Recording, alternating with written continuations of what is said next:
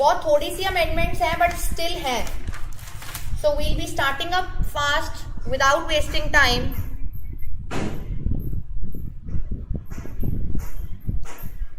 So we are opting for amendments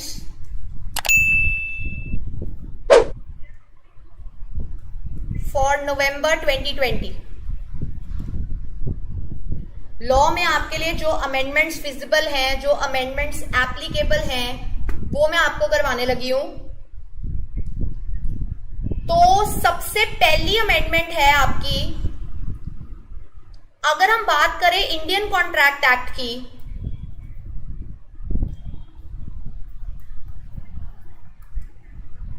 (1872) या हम बात करें the sales of goods act की, 1930, या हम बात करें द इंडियन पार्टनरशिप एक्ट की,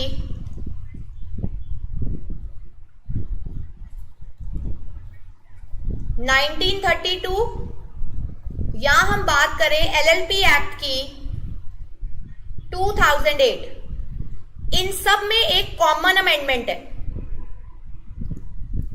इन सब में हमारे पास एक कॉमन अमेंडमेंट है, और वो कॉमन अमेंडमेंट कहती है दैट पहले हम बोलते थे कि ये सब एक्ट्स जम्मू एंड कश्मीर में एप्लीकेबल नहीं होते, इंडिया के बाकी सारे पार्ट्स में एप्लीकेबल होते हैं. लेकिन अब हम बोलते हैं कि ये जम्मू एंड कश्मीर की स्टेट में भी एप्लीकेबल है, क्योंकि जे.एंड.के की कॉन्स्टिट्यूशन पहले सेपरेट होती थी, अब जे.एंड.के की कॉन्स्टिट्यूशन सेम है, राइट. बट इसको लॉ की लैंग्वेज में कैसे इंटरप्रेट करेंगे, आपको एमसीक्यू भी आ सकता है, ट्रू एंड फॉल्स भी आ सकता है इस टॉपिक में से. तो लॉ की लैंग्वेज में इसको इंटरप्रेट हमने कैसे करना है, राइट. तो मैं आपको लिखवा रही हूं, we will say amendment via J and K reorganisation act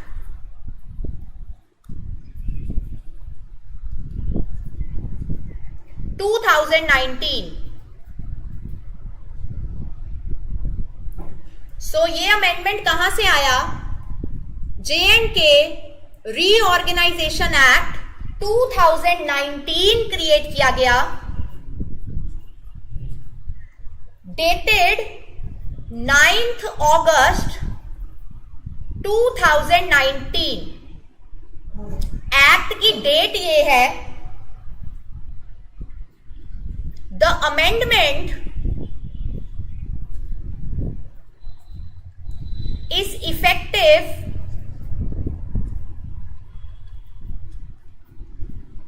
with effect from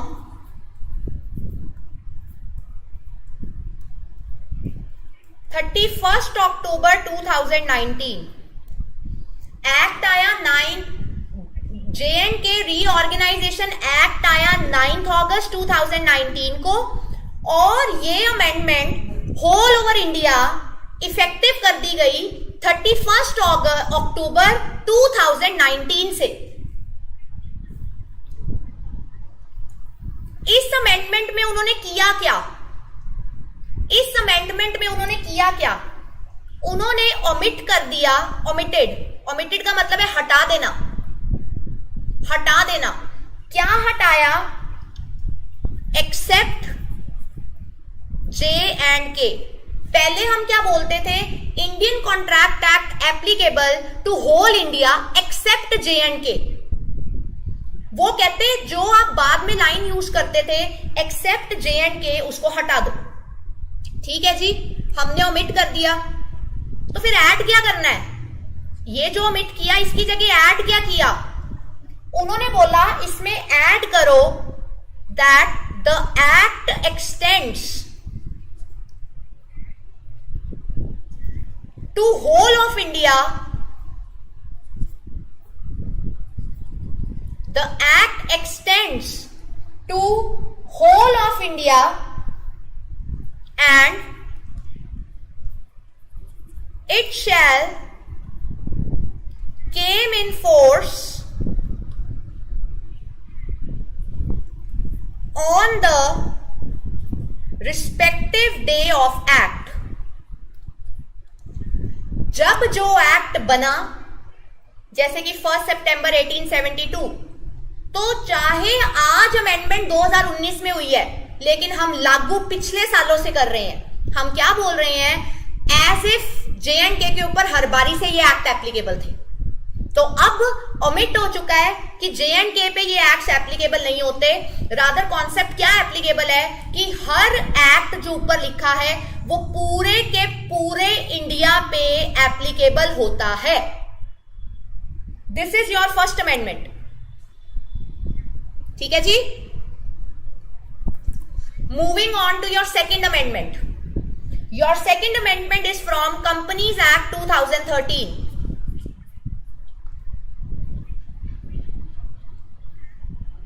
Your second amendment is related to Companies Act 2013. इसमें पहली अमेंडमेंट है, उन्होंने रिवाइज्ड डेफिनेशन निकाल दी है। Revise definition of small company. याद करो, मैंने इसका तुम्हें केस स्टडी भी करवाया था।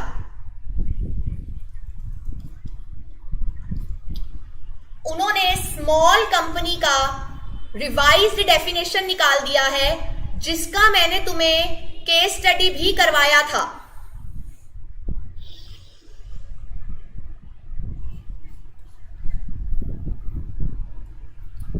रिवाइज्ड डेफिनेशन में उन्होंने क्या बोला है?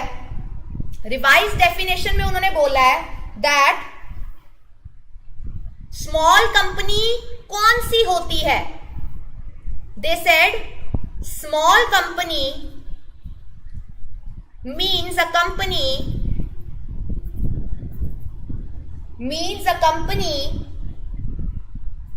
Other than public company. मतलब ये लाइन देने से उन्होंने ये बता दिया कि स्मॉल कंपनी एक प्राइवेट कंपनी होती है। ठीक है, ये लाइन देने से उन्होंने बताया स्मॉल कंपनी प्राइवेट कंपनी होती है। और ये इंपॉर्टेंट डेफिनेशन बन जाती है क्योंकि लेटेस्ट अमेंडमेंट्स हैं, तो बहुत ज्यादा एक्सपेक्टेड है कि तुम्हें स्मॉल कंपनी की डायरेक्ट डेफिनेशन या स्मॉल कंपनी का केस स्टडी पेपर में आ सकता है। तो स्मॉल कंपनी की क्या अमेंडमेंट आई है? Small company means a company other than public company. और इसके नीचे पहली कंडीशन है paid up share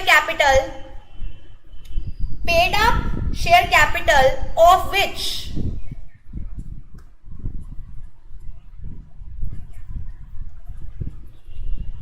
does not exceed 50 lakhs or such higher amount as may be prescribed।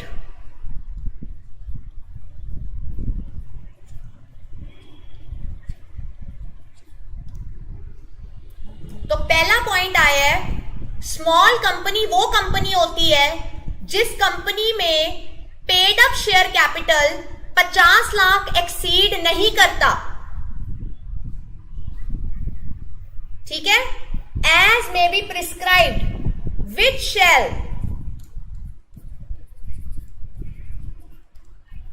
Not be more than 10 CR 10 crore. इसका मतलब अभी के लिए आपके लिए अगर किसी कंपनी का जो कि पब्लिक नहीं है, प्राइवेट है, और अगर उस प्राइवेट कंपनी का paid up share capital 50 lakh से कम है तो वो स्मॉल कंपनी है। मैम फिर 10 करोड़ का क्या मतलब है? 10 करोड़ का मतलब है अगर गवर्नमेंट चाहे तो वो इस 50 लाख की लिमिट को कभी भी बढ़ा सकती है, बट गवर्नमेंट के ऊपर भी एक रिस्ट्रिक्शन है कि गवर्नमेंट जितना मर्जी बढ़ाए, हम अमेंडमेंट फॉलो करते रहेंगे, बट गवर्नमेंट की रिस्ट्रिक्शन है कि गवर्नमेंट इस अमाउंट को 10 करोड़ के बियॉन्ड नहीं लेके जा सकती।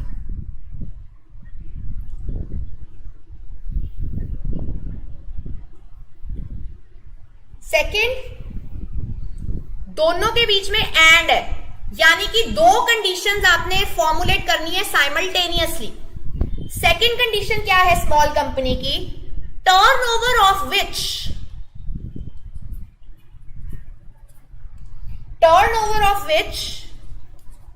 as per P&L account of immediately preceding financial year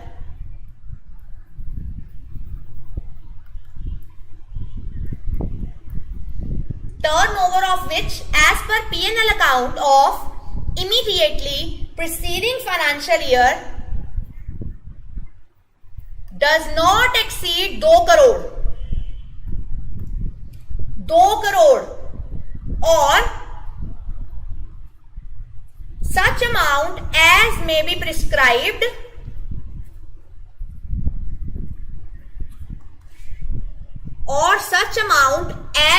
prescribed which shall not be more than 100 crores। मतलब अभी के लिए अगर आपका टर्नओवर जो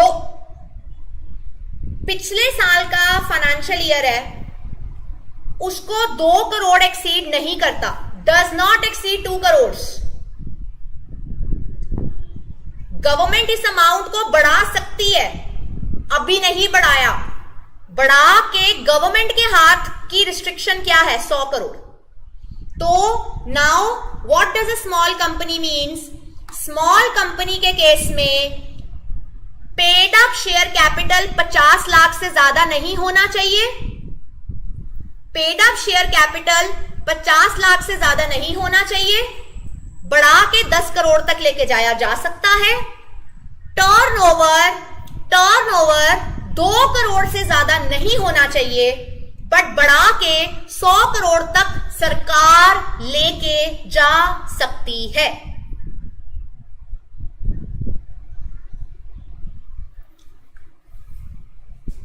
ठीक है, कॉन्टिन्यूड है ये definition.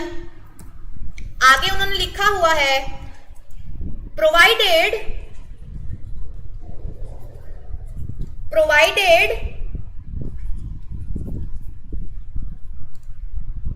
nothing in this clause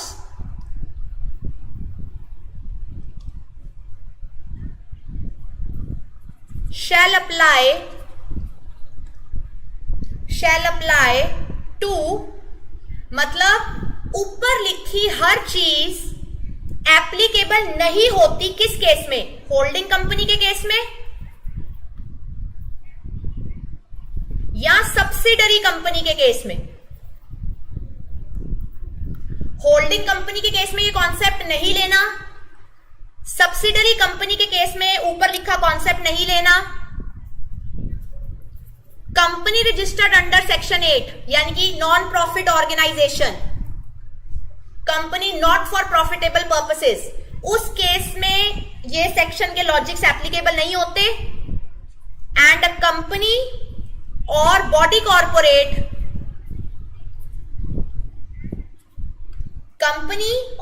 corporate, governed by special act, जैसे कि ICAI is governed by special act. तो दे से ऊपर लिखी जो अमेंडमेंट नहीं आई है उसका इंपैक्ट होल्डिंग कंपनी पे नहीं पड़ेगा, सब्सिडरी पे नहीं पड़ेगा, सेक्शन 8 की कंपनी में उसका इंपैक्ट नहीं देखेंगे। और जो कंपनी या बॉडी कॉर्पोरेट स्पेशल एक्ट के अंडर कवर होती हैं उनके ऊपर भी ऊपर लिखा सेक्शन 2 क्लॉज 85 का लॉजिक एप्लीकेबल नहीं होगा।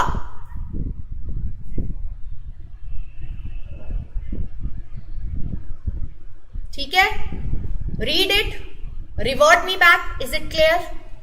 Ask me in case you want to ask me anything. I'm waiting and giving you 2 minutes.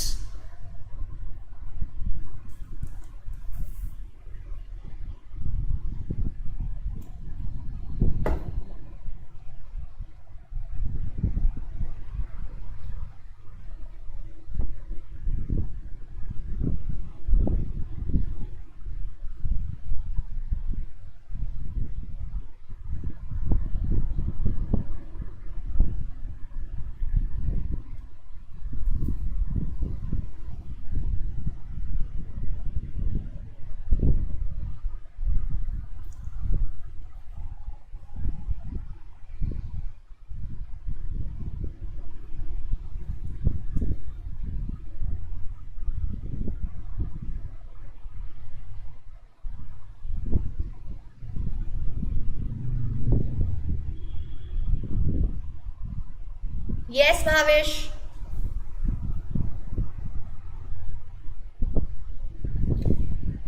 ऐसा कुछ नहीं है। यहां पे वो कह रहे हैं होल्डिंग कंपनी या सब्सिडरी कंपनी का लॉजिक देखते वक्त स्मॉल कंपनी की प्रक्रियाएं ना लगाई जाए। जो किसी की सब्सिडरी बनेगी इट इज वेरी ऑब्वियस कि वो पेरेंट कंपनी की नेचर से जानी जाएगी। तो ऑब्वियस है कि सब्सिडरी कंपनी अगर स्मॉल कंपनी है भी तो भी उसको स्मॉल कंपनी तो बोला ही नहीं जाएगा, वो हमेशा अपनी होल्डिंग कंपनी की नेचर से जानी जाती है।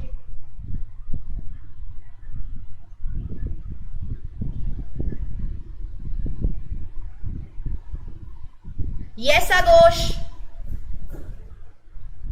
Yes, Agosh, it is like this only.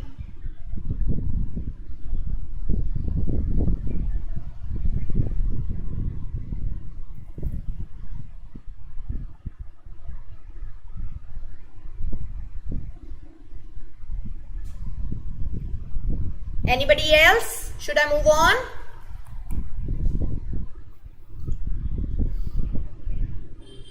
Okay, so next amendment and very important amendment. Next आया है जी revised definition of government company.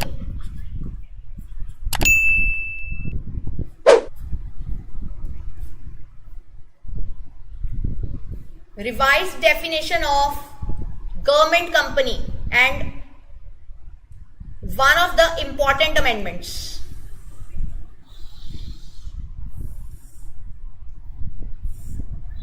हमने पुरानी डेफिनेशन क्या पढ़ी हुई थी? हमने पढ़ा था अगर किसी कंपनी में 51% से ज्यादा या इक्वल की अमाउंट, 51% से ज्यादा या इक्वल की अमाउंट गवर्नमेंट के पास है, सेंट्रल गवर्नमेंट के पास हो तो भी, किसी स्टेट गवर्नमेंट के पास हो तो भी, सेंट्रल स्टेट की मिला के तो भी, अगर गवर्नमेंट के पास एटलीस्ट 51% का पेड अप शेयर कैपिटल है, पेड अप शेयर कैपिटल का मतलब होता है इक्विटी प्लस प्रेफरेंस, तो उस कंपनी की majority paid up share capital क्योंकि गवर्नमेंट के पास है, हम उसको क्या बोलते थे? Government company, right? उतना हिस्सा नहीं बदला है, उतना हिस्सा एज इट इज ही है। I am writing it down. Government company means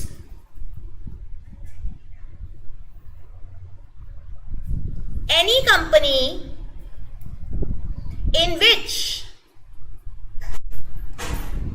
company in which greater than or equal to 51% of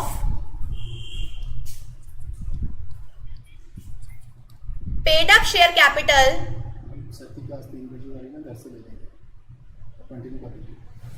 51% of paid up share capital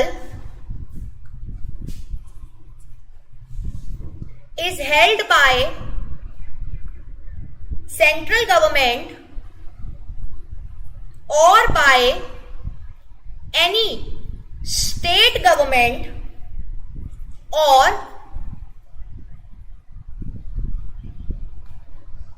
governments or partly by central government and partly by state government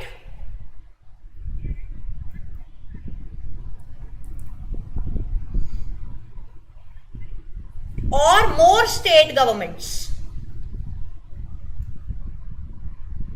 सी ये क्या है? Definition की आप nature नहीं बदल सकते, as it is लिखनी पड़ेगी। वो बोलते हैं अगर किसी कंपनी में 51% के इक्वल या 51% से ज्यादा का पेड अप शेयर कैपिटल अकेले सेंट्रल गवर्नमेंट के पास है या अकेले स्टेट गवर्नमेंट के पास है। सी यहां तक यहां का मतलब है अकेले सीजी के पास, यहां का मतलब है अकेले सेंट्रल गवर्नमेंट स्टेट गवर्नमेंट के पास, ठीक है। यहां का मतलब है जॉइंटली, जॉइंटली थोड़ा सेंट्रल गवर्नमेंट के पास, थोड़ा स्टेट गवर्नमेंट के पास, और इस पॉइंट का मतलब है एक से ज्यादा स्टेट गवर्नमेंट्स के पास।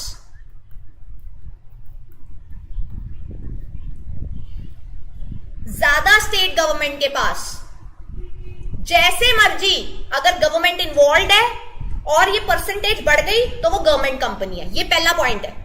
सी नाउ द अमेंडमेंट। उन्होंने बीच में लिख दिया एंड, और सेकंड पॉइंट दे दिया a company which is subsidiary company of such government company.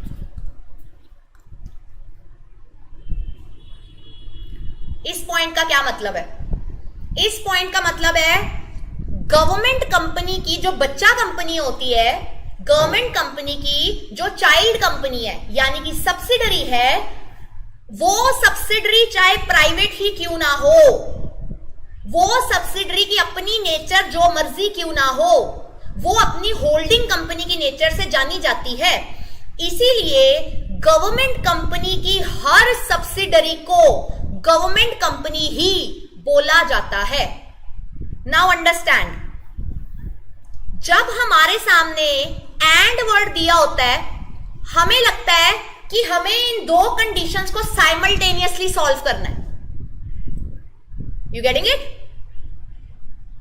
Practically सोचो, अगर किसी कंपनी के पास 70% सरकार के पास है तो क्या वो गवर्नमेंट कंपनी है? हां जी। बट अगर उस गवर्नमेंट कंपनी की कोई सब्सिडरी है ही नहीं तो आप क्या बोलोगे कि दोनों कंडीशन सेटिस्फाई नहीं होती? आंसर इज नहीं, ऐसा नहीं है। इसका क्या मतलब है? इसका मतलब ये है, यहां पे लिखा एंड है लेकिन इसको लॉ में इंटरप्रेट और किया जाएगा। इंटरप्रेट इट एज और। ये आपने लिखना नहीं है वहां पे डेफिनेशन में, ये मैं आपको समझा रही हूं कि इसका क्या मतलब है।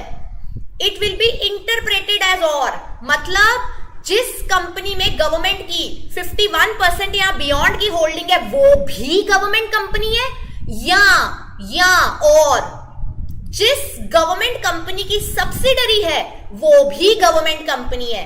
यहां पे लिखा एंड गया है, बट यहां पे एंड का मतलब ये नहीं है कि आपको दो कंडीशंस को साइमल्टेनियसली सॉल्व करना है। यहां पे एंड लिखा जरूर है, बट लॉजिकली जब ये केस ज्यूरिसडिक्शन में जाएगा, इसको कोई भी लॉ मेकर इंटरप्रेट और की तरह करेगा। तो written as and but interpreted as और।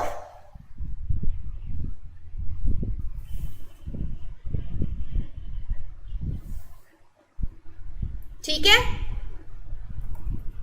उसके बाद उन्होंने एक और पॉइंट ऑफ व्यू डाला, उन्होंने इसमें ऐड कर दी explanation.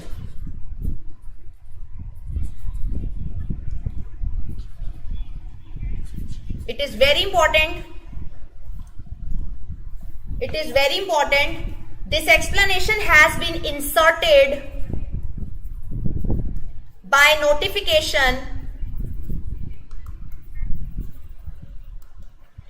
notification dated 2nd March 2020।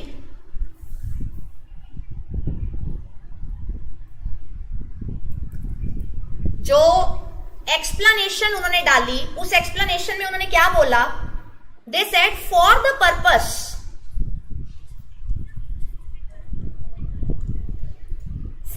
Purpose of this clause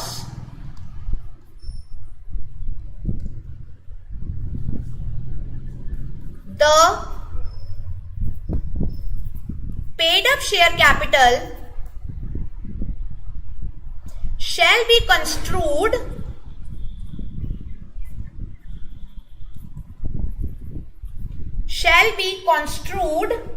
as voting power.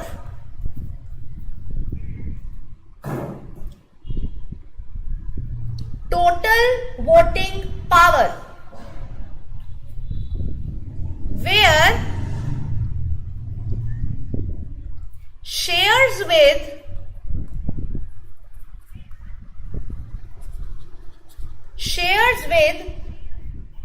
differential voting rights have been issued.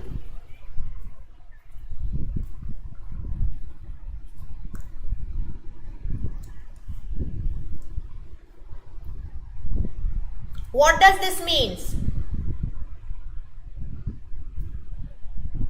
Understand the twist they have given. वो बोल रहे हैं, ध्यान से देखना, मैं ऊपर जा रही हूं. Can you see the definition? अगर आप ध्यान से देखो, यहां पे दिया हुआ है 51% of paid up share capital.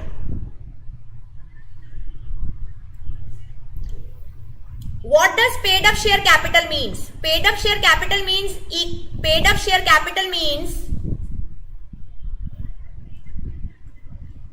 equity share capital plus preference share capital. वो कह रहे हैं नॉर्मली एक कंपनी को, गवर्नमेंट कंपनी के लिए हम ये कंडीशन देखते हैं कि 51% of paid up share capital होना चाहिए. वो कह रहे हैं जो न्यू अमेंडमेंट आई है वो ये कहती है ये वाला लॉजिक तब लगाना जब वो कंपनी डिफरेंशियल शेयर्स इशू ना करती हो. This is the new amendment. ये वाला लॉजिक तब लगाना जब वो कंपनी डिफरेंशियल शेयर्स ना इश्यू करती हो. याद करो, इक्विटी शेयर्स दो तरह के होते थे, with differential voting rights, without differential voting rights. वो कह रहे हैं नॉर्मली हर कंपनी डिफरेंशियल वोटिंग राइट्स के शेयर्स इशू नहीं करती. वो कहते जो कंपनी डिफरेंशियल वोटिंग राइट्स के शेयर्स इशू नहीं करती उनके लिए यही कॉन्सेप्ट एप्लीकेबल है, 51% of paid up share capital. ठीक है. नीचे उन्होंने एक्सप्लेनेशन में बोल दिया वो कंपनी जो डिफरेंशियल वोटिंग राइट्स के शेयर्स इशू करती है, वो कंपनी जो डिफरेंशियल वोटिंग राइट्स के शेयर्स इशू करती है, उनके लिए उन्होंने paid up share capital word use नहीं करना. 51% देखते वक्त उन्होंने 51% करनी है टोटल वोटिंग पावर की.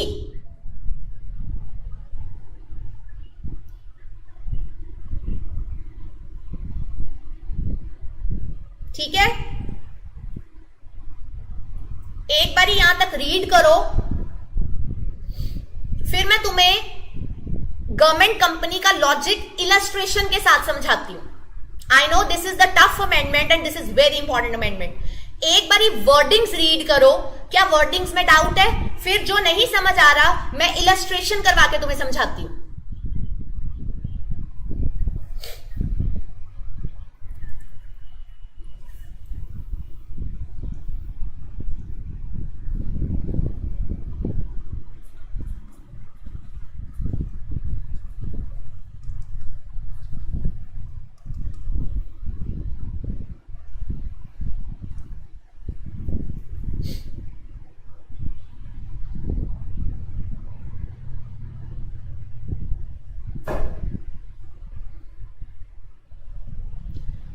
कंस्ट्रूड का मतलब है विदुषी की उन शब्दों के प्रति इन शब्दों के वर्तों की जाएगी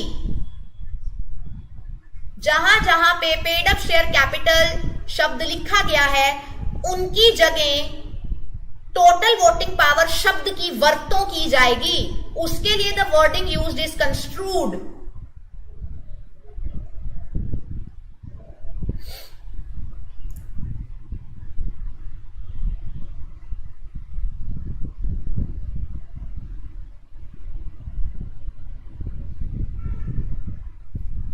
You guys need to revert me back. Is it clear?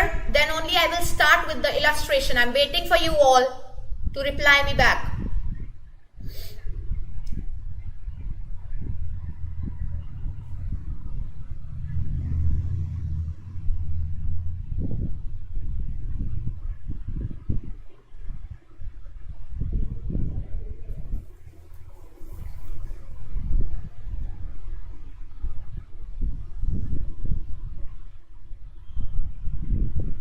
Okay, so I start up with the illustration, जो कि आपको केस स्टडी के तौर पे भी आ सकता है क्योंकि ये लेटेस्ट अमेंडमेंट है, ठीक है।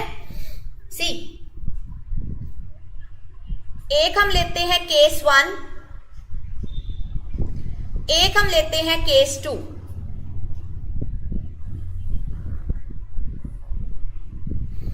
केस 1 ले लेते हैं, दैट कंपनी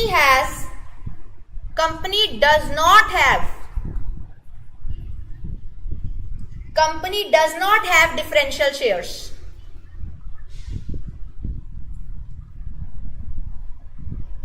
और केस 2 ले लेते हैं, that company has differential shares.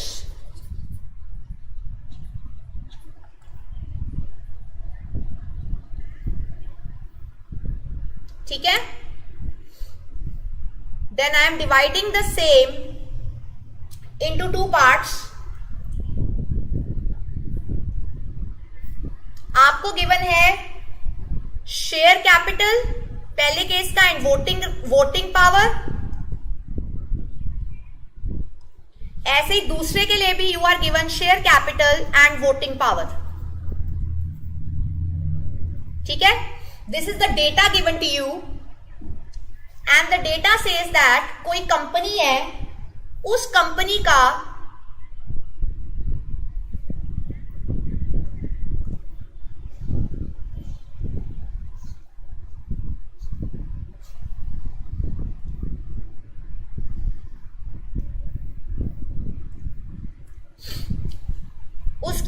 आपको गिवन है इक्विटी शेयर कैपिटल, जिसकी फेस वैल्यू है 10 रुपया की, और क्लियरली मेंशन्ड है कि ये ऑर्डिनरी शेयर्स है,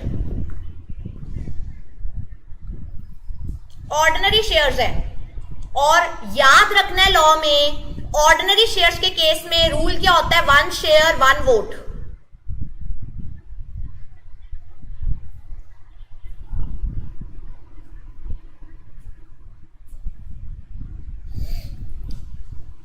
उन्होंने हमें यहां पे दिया है कि शेयर कैपिटल है 800 lakhs, it is rupees 800 lakhs। दिमाग लगाओ, 10 रुपया फेस वैल्यू है, 800 लाख शेयर कैपिटल है, तो नंबर ऑफ शेयर्स कितने हुए? दिमाग लगाओ, नंबर ऑफ शेयर्स कितने हुए? Answer is 80 lakhs। तो एक शेयर के प्रति 1 वोट है, तो वोटिंग पावर कितनी है इन शेयर होल्डर्स के पास? आंसर इज 80 लाख वोट्स है इनके पास। आंसर इज 80 लाख वोट है इनके पास। कैसे पता लगा? यहां से पता लगा, 1 शेयर 1 वोट, 800 लाख का टोटल शेयर कैपिटल है। एक शेयर कैपिटल की वैल्यू है 10, एक शेयर की वैल्यू है 10 रुपया, तो 800 lakhs divided by 10 turns out to be 80 lakhs voting power है इनके पास। ठीक है, यहां पे भी सेम आएगा, सेकंड केस में भी सेम ले लेते हैं, 800 lakhs एंड 80 lakhs। देन आपको दिया हुआ है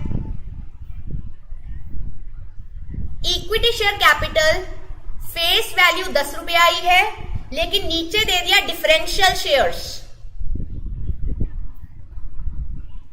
मतलब याद करो, मैंने आपको बताया था डिफरेंशियल शेयर्स में वोटिंग पावर डिफरेंट होती है, बहुत ज्यादा शेयर्स के प्रति 1 वोट मिलता है। तो एज एन एग्जांपल ले लेते हैं, मान लो 10 शेयर्स के प्रति आपके पास 1 वोट है।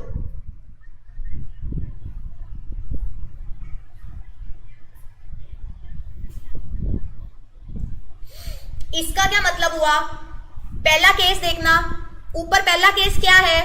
पहला केस हम ले रहे हैं कि हमारे पास डिफरेंशियल शेयर्स नहीं है, तो यहां पे मैं 0 लूंगी, यहां पे भी 0 लूंगी।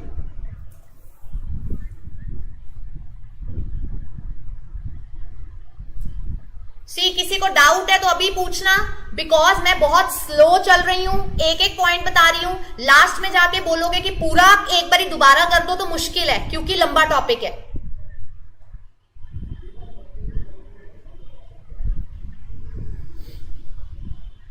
अब डिफरेंशियल शेयर्स की बात करते हैं।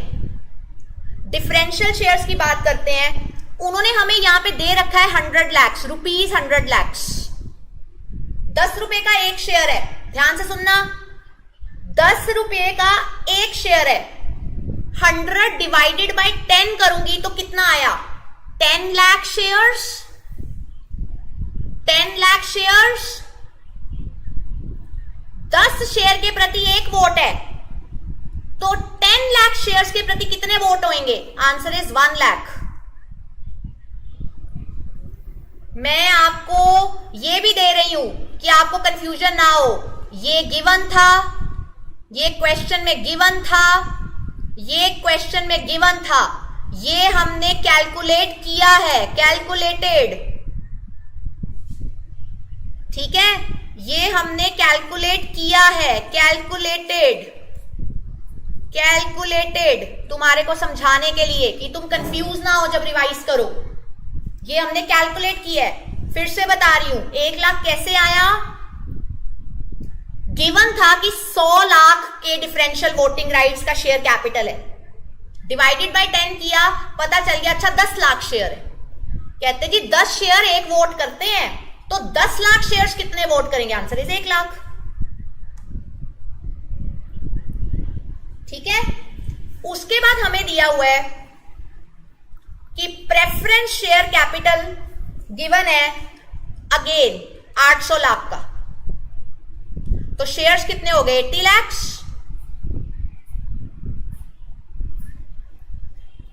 शेयर्स कितने हो गए? 80 लाख। ध्यान से समझना, अब मैं ट्विस्ट दिखा रही हूं। मैंने शेयर कैपिटल में लिख दिया 800 लाख, वोटिंग में लिख दिया 80 लाख। मैम नहीं कर सकते ऐसा, कांटा मारो इसको, यहां पे 0 आना चाहिए। क्यों? याद करो, प्रेफरेंस शेयर होल्डर्स के पास नॉर्मल सर्कमस्टांसिस में वोटिंग राइट अवेलेबल नहीं होता। Remember the topic, preference share holders के पास नॉर्मल कंडीशन में वोटिंग राइट होता ही नहीं, 0। You can write the reason over there, right. तो यहां पे भी क्या आएगा? राइट हैंड साइड पे भी सेम फिगर्स हमको दे रखी हैं, यहां पे आएगा ₹800 लाख और यहां पे आएगा 0। वोटिंग पावर नहीं है तेरे पास भाई, तू प्रेफरेंस शेयर होल्डर है। तो लिख दिया सारा। अब टोटल करते हैं, अब टोटल करते हैं कि मेरे पास पेड अप शेयर कैपिटल कितना आया। पेड अप शेयर कैपिटल होता है इक्विटी प्लस प्रेफरेंस करके, you getting it? 800 lakh, 800 lakh कितना आ गया? 1600 लाख रुपीस में, ₹1600 लाख।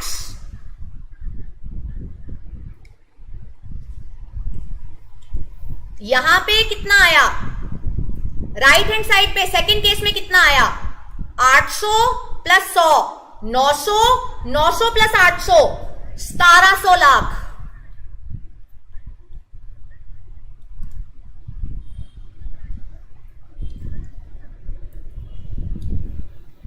वोटिंग पावर कितनी आई?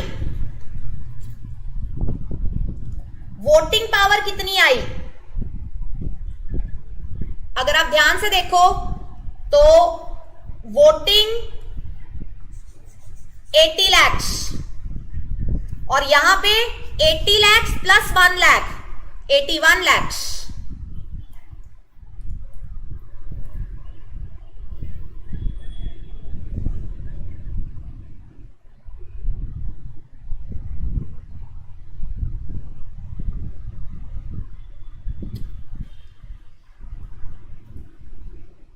जस्ट अ मोमेंट, कुछ गड़बड़ हो गई है।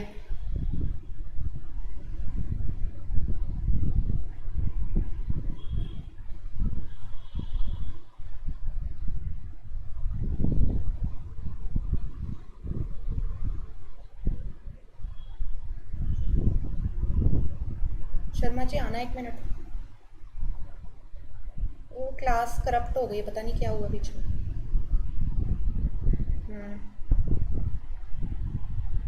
वही प्रॉब्लम आ रही है, येलो दिखा रहा है।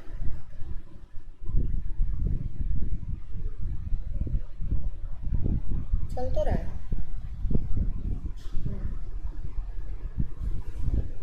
ठीक है, ठीक है, ओके।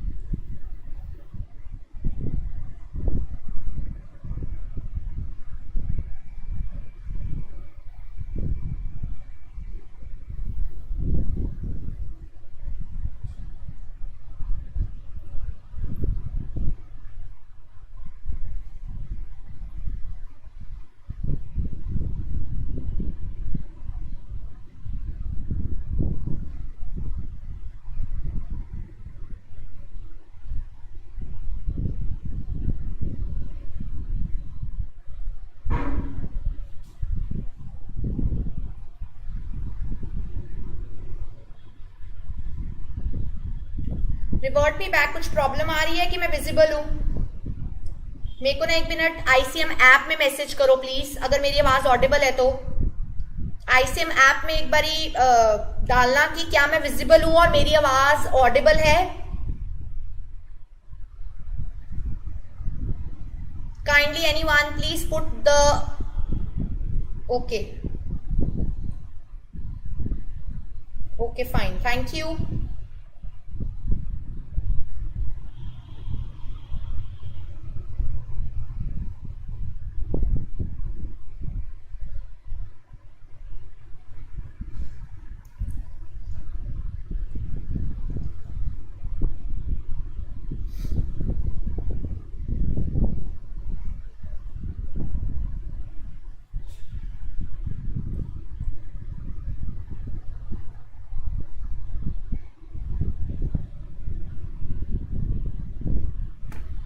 कभी भी किसी कंपनी के पास सिर्फ प्रेफरेंस शेयर्स होते ही नहीं है। Bhavesh good morning.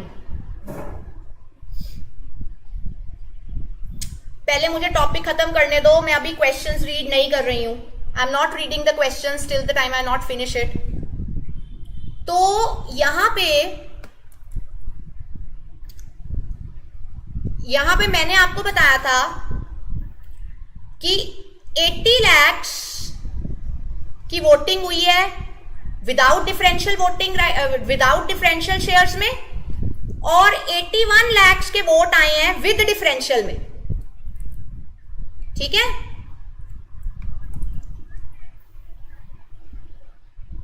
तो मेरे पास आया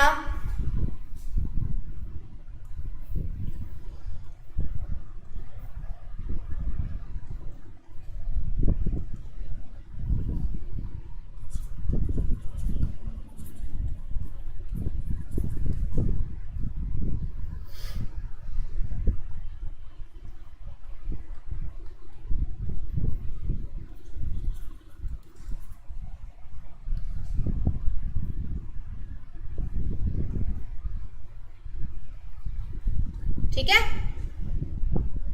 नाउ द पॉइंट इज, ऊपर लिखी डेफिनेशन के हिसाब से मैं अभी क्वेश्चंस रीड नहीं कर रही हूं और मैं किसी को जवाब नहीं दे रही। मुझे टॉपिक फिनिश करने दो प्लीज, उसके बाद मैं पढ़ूंगी क्वेश्चंस।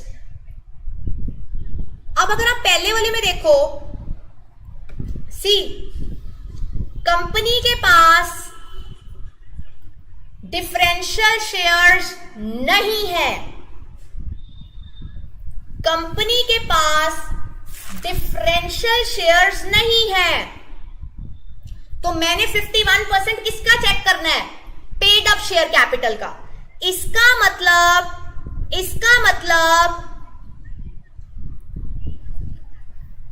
मतलब फर्स्ट केस में इसको मुझे नहीं देखना वोटिंग पावर कितनी है, मुझे सिर्फ इसके साथ चलना है। यहां पे मैं क्या पढ़ूंगी, अगर गवर्नमेंट कंपनी के पास greater than equal to 51% of paid up share capital है फर्स्ट केस में, यानी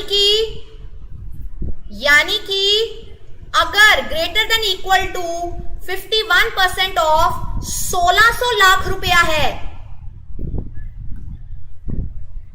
देन वो is equal to government company है। वाई? बिकॉज अगर आप डिफरेंशियल शेयर्स इशू नहीं करते तो आपने 51% पेड अप शेयर कैपिटल का ही देखना था। वोटिंग पावर आपने कितनी की कितनी नहीं की एप्लीकेबल ही नहीं थी, लॉजिक ही नहीं था।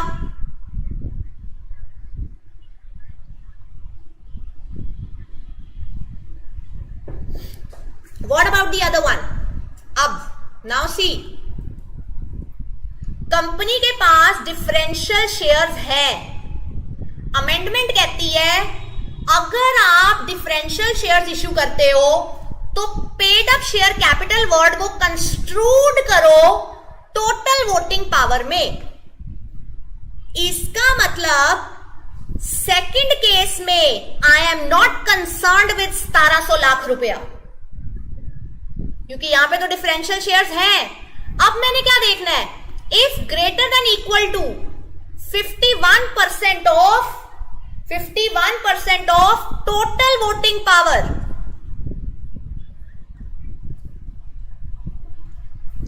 मतलब अगर किसी सरकार के पास इक्वल टू या ज्यादा 81 लाख वोट्स से ज्यादा या इक्वल टू वोट्स मौजूद है तो वो गवर्नमेंट कंपनी है। इसका मतलब जब डिफरेंशियल वोट्स शेयर्स इशू नहीं किए, we will not consider voting power. और अगर डिफरेंशियल शेयर्स इशू किए, we will not consider paid up share capital.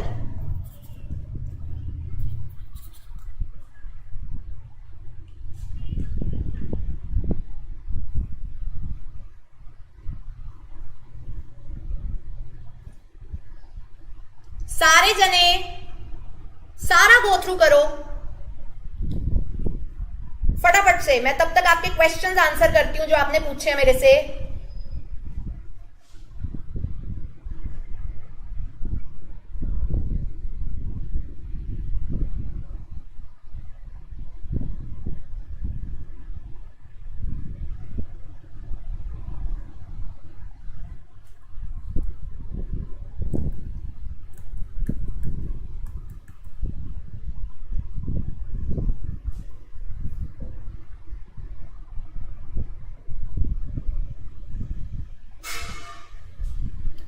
Mukul, मुझे आपका क्वेश्चन क्लियर नहीं है।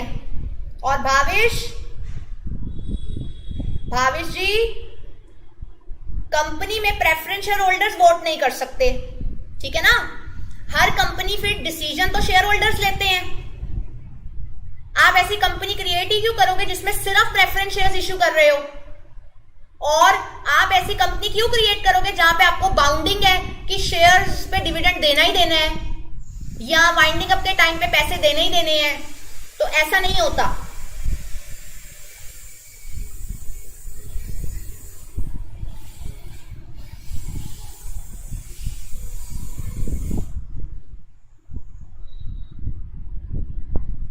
When nothing is mentioned, it is equity share capital and convertible preference shares only. Rahul, yes, we have already discussed it कि paid up share capital में if nothing is mentioned, since here it is also not mentioned, we take equity share capital and convertible preference shares.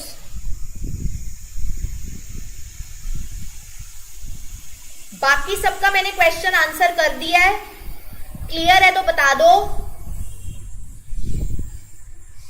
Mukul, मुझे आपका question समझ नहीं आया तो you need to reward me back.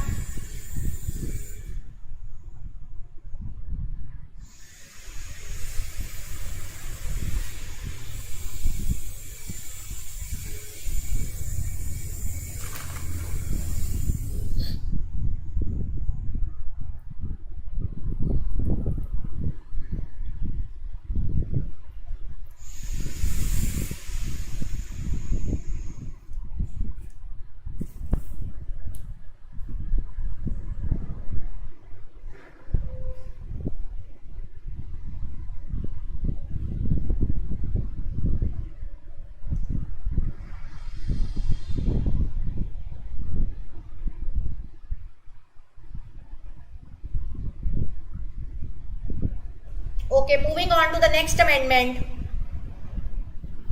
Next amendment is meaning of Nidhi company. वैसे ये section 406 clause 1 में आता है, बट क्योंकि मीनिंग आपके सिलेबाई में है, स्टिल हम उसको करेंगे. और ये मेंशन्ड है कि इसको आईसीआई कंसिडर करेगा.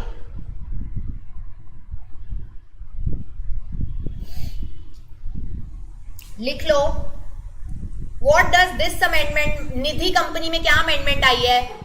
पहले हम सिर्फ निधि कंपनी वर्ड यूज करते थे. निधि कंपनी एक ऐसी कंपनी होती है जो अपने मेंबर्स की बेनिफिट के लिए काम करती है, और ये एक ऐसी कंपनी है जो लोगों में थ्रिफ्ट क्रिएट करती है, यानी कि लोगों को सेविंग करनी आए, लोग अपने फ्यूचर के लिए सेविंग्स कर सकें, तो सेविंग की आदत जो कंपनी डलवाती है, that is called Nidhi company. ये सिर्फ अपने मेंबर्स के लिए काम करती है, उन्हीं से ही पैसे लेती है, उन्हीं को ही पैसे देती है, और उन्हीं की बेटरमेंट के लिए काम करती है. That is Nidhi company, right. Now Nidhi company के लिए you can also use the word mutual benefit society.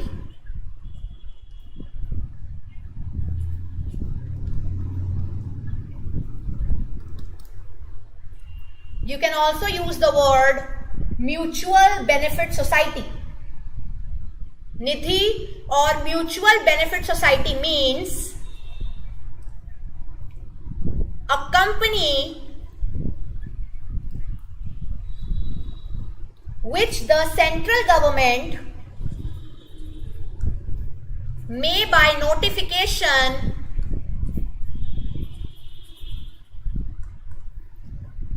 in the official gazette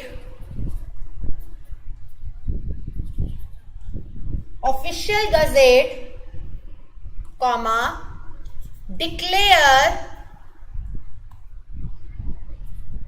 to be a Nidhi or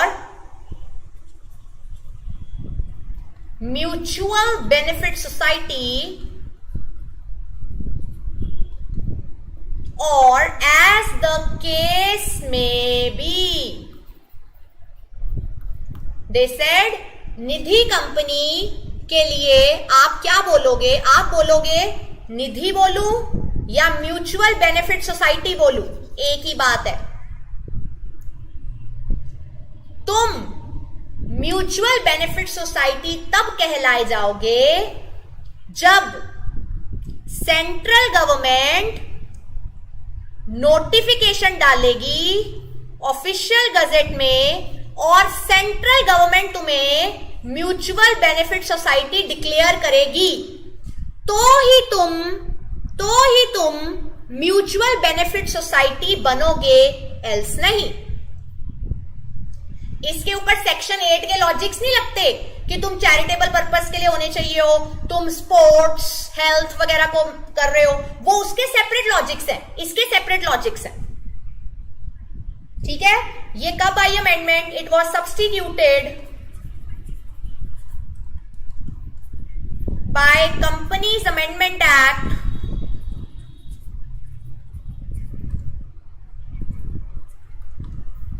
2017 और अप्लाई कब हुई है? With effect from 15/8/2019. This is the small amendment, not very important, still we will do it.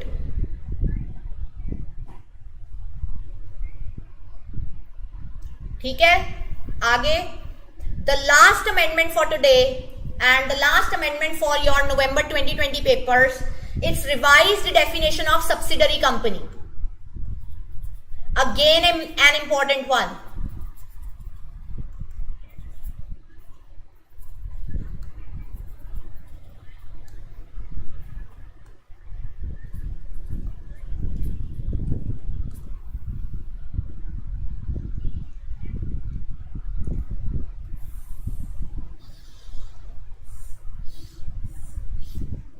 Revised definition of subsidiary company.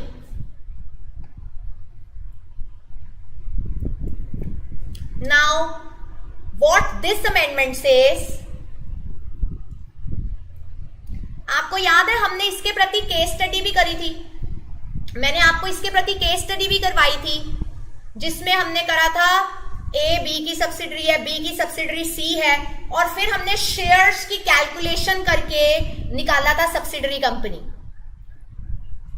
उन्होंने paid up share capital word को बदल दिया है voting power word के साथ। उन्होंने टोटल शेयर कैपिटल वर्ड को बदल दिया है वोटिंग पावर वर्ड के साथ। पूरी डेफिनेशन सेम है। जहां पे आप पहले पढ़ते थे more than half total share capital, अब आप क्या पढ़ोगे? More than half total voting power. वो एक शब्द बदलने की वजह से उस केस स्टडी को करने का नजरिया बदल जाएगा। अब वो आपको कंफ्यूज करने के लिए शेयर कैपिटल भी देंगे, वोटिंग पावर भी देंगे, नंबरिंग बताएंगे। आपने जब अगर केस स्टडी आ गई और ये कैलकुलेट करना है कि फलानी कंपनी सब्सिडरी कंपनी है कि नहीं, तो आपने उस केस स्टडी को वोटिंग पावर के लॉजिक के साथ एक्सप्लेन करना है, ना कि टोटल शेयर कैपिटल के लॉजिक के साथ। ठीक है, मैं लिख रही हूं।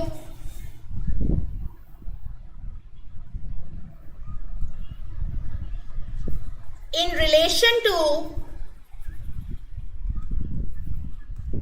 relation to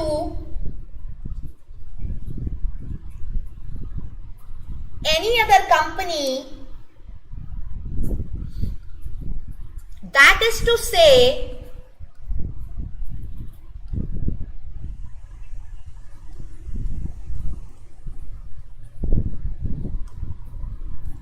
the holding company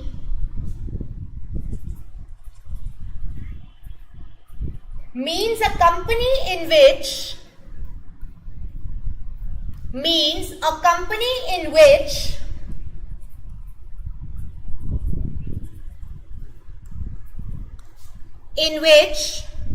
the holding company, first point, controls the composition of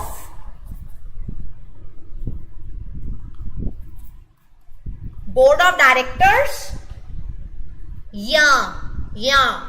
change is here,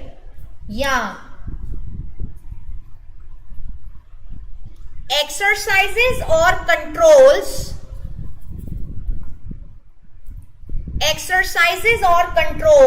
more than half of the voting power.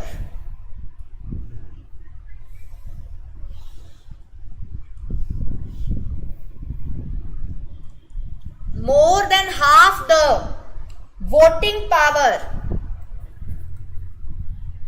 अब वो more than half voting power एक होल्डिंग कंपनी के पास है तो भी, याद करो, holding और सब्सिडरी उसकी सब्सिडरी को मिला के है तो भी, either at its own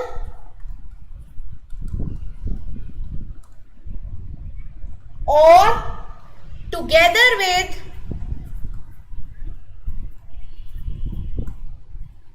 one or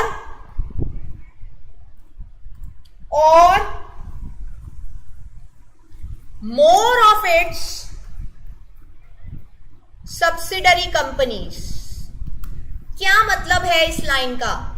इस लाइन का मतलब है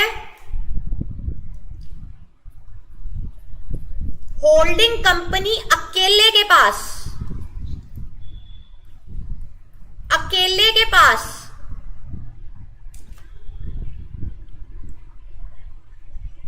greater than 50% of voting power है। तो इसका मतलब क्या है? होल्डिंग प्लस उसकी वन सब्सिडरी को मिला के अगर ग्रेटर देन है 50% ऑफ वोटिंग पावर। और इस लाइन का क्या मतलब है? होल्डिंग की प्लस सब्सिडरी प्लस अगर मोर सब्सिडरीज है, एक से ज्यादा, इन सबका मिला के greater than 50% of voting power अगर आ जाता है, तो भी you will be called holding company because you are acquiring that much voting power, and the respective company जिसकी 50% से ज्यादा की वोटिंग पावर आप एक्वायर कर रहे हो, according to section 2 clause 87, that will be called subsidiary company.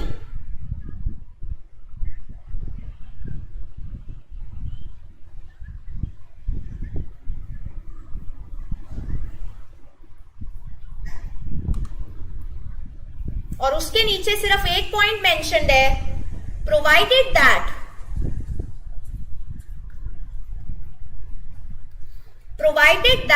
such class or classes of holding company as may be prescribed shall not have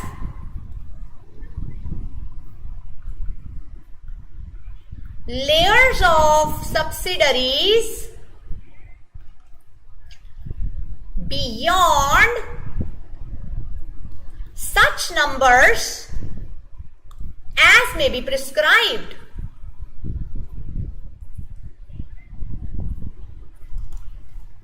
As may be prescribed. What does this means now? इस line का मतलब ये है कि अगर तुम holding company हो, तुम्हारे नीचे सब्सिडरी है, और हम तुम्हारा और तुम्हारी सब्सिडरी का टोटल करके वोटिंग पावर देख रहे हैं कितनी है, पर इसका मतलब ये नहीं है कि तुम जितनी मर्जी सब्सिडरीज अपने नीचे ले लोगे. लेयर ऑफ सब्सिडरीज वर्ड है, और ये लेयर कहता है कि आप 2 लेयर्स तक जा सकते हो.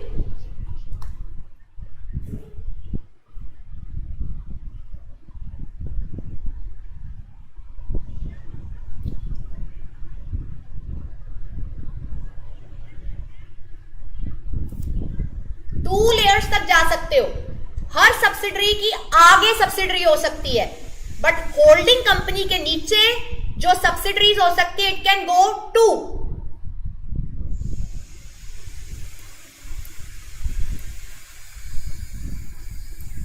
ठीक है जी, रीड करो एक बारी, देखो कोई डाउट है, नहीं है तो बताओ, है तो वो भी बताओ. I am waiting, giving you 2 minutes.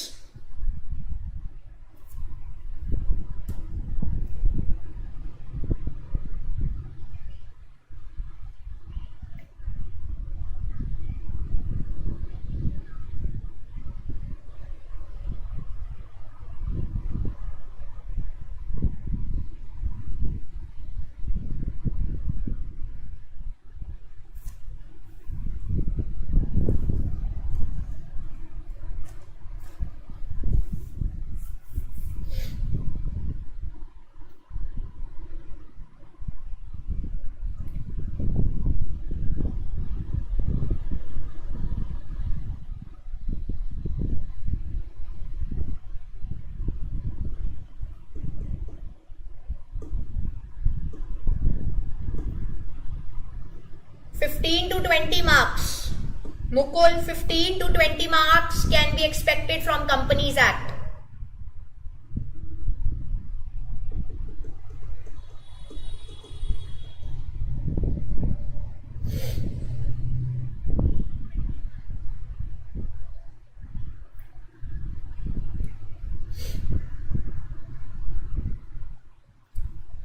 आगोश जी, एक होल्डिंग कंपनी के नीचे 2 सब्सिडरीज जुड़ सकती हैं. हर सब्सिडरी की आगे सब्सिडरीज बन सकती हैं, बट एक मेन होल्डिंग कंपनी 2 सब्सिडरीज को संभाल सकती है. 2 लेयर्स अलाउड है, उसके आगे अलाउड नहीं है.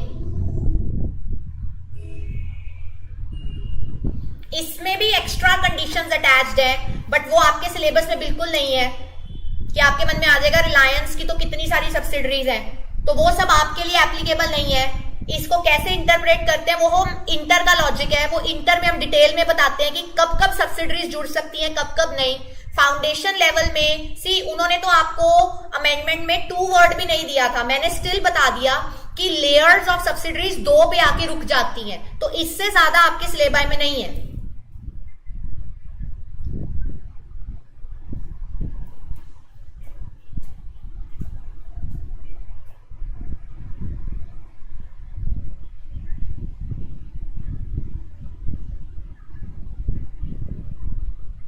No, Mayor Jyot, it doesn't matter. I have read your question. No, it doesn't matter. Differential voting है कि नहीं है, it doesn't matter. If a holding company acquires you, you will be its subsidiary and you will be known by the nature of the holding company only.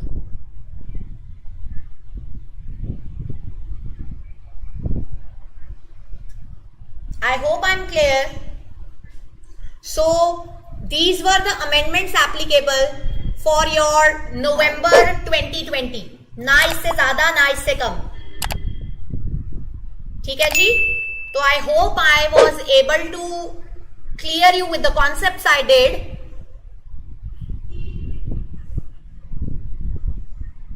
And for all the late joiners, I will meet you tomorrow at 8:30. And your test is at 2 o'clock, right? So late joiners will have their class at 8:30 in the morning, right? Thank you, bachcha log. I'm stopping the class. Take care. Bye bye.